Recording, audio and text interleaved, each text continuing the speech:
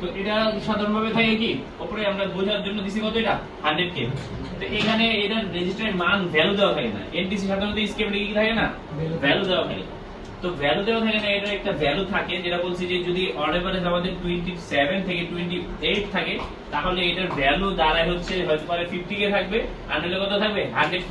Original যে value দেওয়া এই ভ্যালু আমরা পাবো। তো এটা যদি আমরা এখন টেম্পারেচার ধরি যে এখানে আছে 100k, ওকে, তো এটা ধরি 100k, কত ধরলাম এটা 100k। তো এখানে ভোল্টেজ ইনপুট হইতাছে আমাদের 1.8। তো ডিভাইডারের একটা সহজ নিয়ম, ডিভাইডারের একটা কি সহজ নিয়ম যে ভোল্টেজ ইন যা হবে R1 এবং R2 যদি সেম হয়, কি হয় R1 এবং R2 যদি সেম হয় তাহলে ডিভাইড ভোল্টেজ তার অর্ধেক হবে, ইন ভোল্ট যা হবে ডিভাইড ভোল্টেজটা কি হবে তার অর্ধেক হবে। এটা একটা সাধারণ, এটা ক্যালকুলেট করা লাগবে। যেমন আমরা 50 যখন দিছি তখন ভোল্টেজ 6 ভোল্ট হইছে, এর আউটপুট হইছে কত 3 ভোল্ট, ওকে।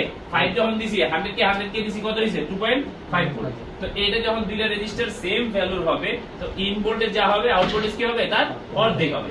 তো এইখানে আমরা একটা রেজিস্টার দিছি হচ্ছে এখানে 100k, দ্বিতীয় আরেকটা রেজিস্টার আমরা ধরে নিলাম কত আছে 100k। তো এখন আমাদের সিপিইউ ভোল্টেজ পাবে কত ভোল্টেজ 0.9 ভোল্টেজ। তো সিপিইউ তে একটা সিপিইউ তো নিজে নিজে কিছু বুঝে নিতে পারে না, সিপিইউ একটা কোডিং করে রেশিও দেওয়া আছে, কি দেওয়া আছে একটা রেশিও দেওয়া আছে, হতে পারে 0.5 থেকে 1 ভোল্টেজ। এখনকার ফোনগুলো যদি বলি তাহলে 0.2 থেকে 8 ভোল্টেজ। লেটেস্ট স্যামসাং এর ফোনগুলো যদি বলি, আগের ফোনগুলোর মধ্যে ছিল এরকম 0.5 থেকে 9 ভোল্টেজ। কিন্তু এখনকার লেটেস্ট যদি বলি যে নোট 10 নোট 20 এরকম মোবাইল যদি বলি তাহলে কত আছে 0.2 বা 0.3 থেকে 1 ভোল্টেজ বা 0.8 ভোল্টেজের একটা রেশিও দেওয়া আছে। তো ওই রেশিও যখন পাবে যে আমার ভোল্টেজ যে এখন পাচ্ছে কত 0.9, তো ওর মধ্যে দেওয়া আছে 0.5 থেকে 0.9 বা 1 ভোল্টেজ দেওয়া আছে। তো এই ভোল্টেজ যখন সে পাচ্ছে তখন বাইরে সে মনে করতেছে কি এনভায়রনমেন্ট ওকে আছে, বাইরে কোনো সমস্যা নেই।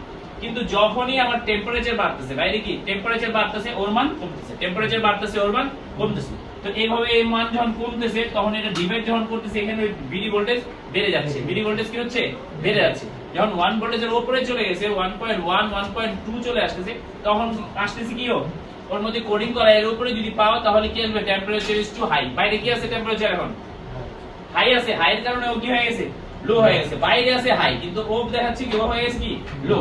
তাই আমাদের সিপিইউ কি করবে আমাদেরকে একটা ইনফর্ম করবে, ইনফরমেশন দিবে, ইউজারকে ইনফরমেশন দিবে যে বাইরে টেম্পারেচার ইজ টু হাই, আপনার ফোনটা এখন শাটডাউন হবে। কারণ কি, কারণ বাইরে টেম্পারেচার অনেক হাই আছে, আমরা পারফর্ম করতে পারছি না। ঠিক উল্টাটা হবে যে আমি কোল্ডেস্ট কোন জায়গায় গিয়েছি সেখানে মাইনাস টেম্পারেচার হচ্ছে, তো এটা কি হয়ে গেছে ভ্যালু বেড়ে গেছে। ভ্যালু বেড়ে যাওয়ার কারণে কি হয়েছে ভোল্টেজ বিডি ভোল্টেজ কমে যাচ্ছে। তখন রেশিওর নিচে চলে গেছে, যখন 0.5 এর রেশিওর নিচে চলে গেছে তখন হয়েছে কি সিপিইউ তে কোডিং করা যে এর নিচে পাইলে তুমি কি মনে করবা টেম্পারেচার ইজ টু লো। তো এখন বাইরে কি আসলেই তো টেম্পারেচার লো, ওর হয়ে গেছে কি মান বেড়ে গেছে কিন্তু বাইরে কি আছে টেম্পারেচার লো আছে। তো এখন সিপিইউ আমাদেরকে দেখাচ্ছে যে টেম্পারেচার ইজ টু লো, এর ফোন ইজ শাটডাউন। এরকম দেখাবে যে আপনার পারফর্ম করতে পারছে, আপনার ফোন এখন কি হবে শাটডাউন করবে, কারণ আমাদের সিপিইউ কি করতে পারছে না পারফর্ম করতে পারছে না। তো এই মানে এত শুধু এই এনটিসি রেজিস্টারের কারণে এটা টোটাল ঘটনা সম্ভব হচ্ছে। কিসের কারণে নরমাল রেজিস্টার দিলে তো এখানে কিছু হবে না, ফিক্স একটা ভোল্টেজ চলে যাবে।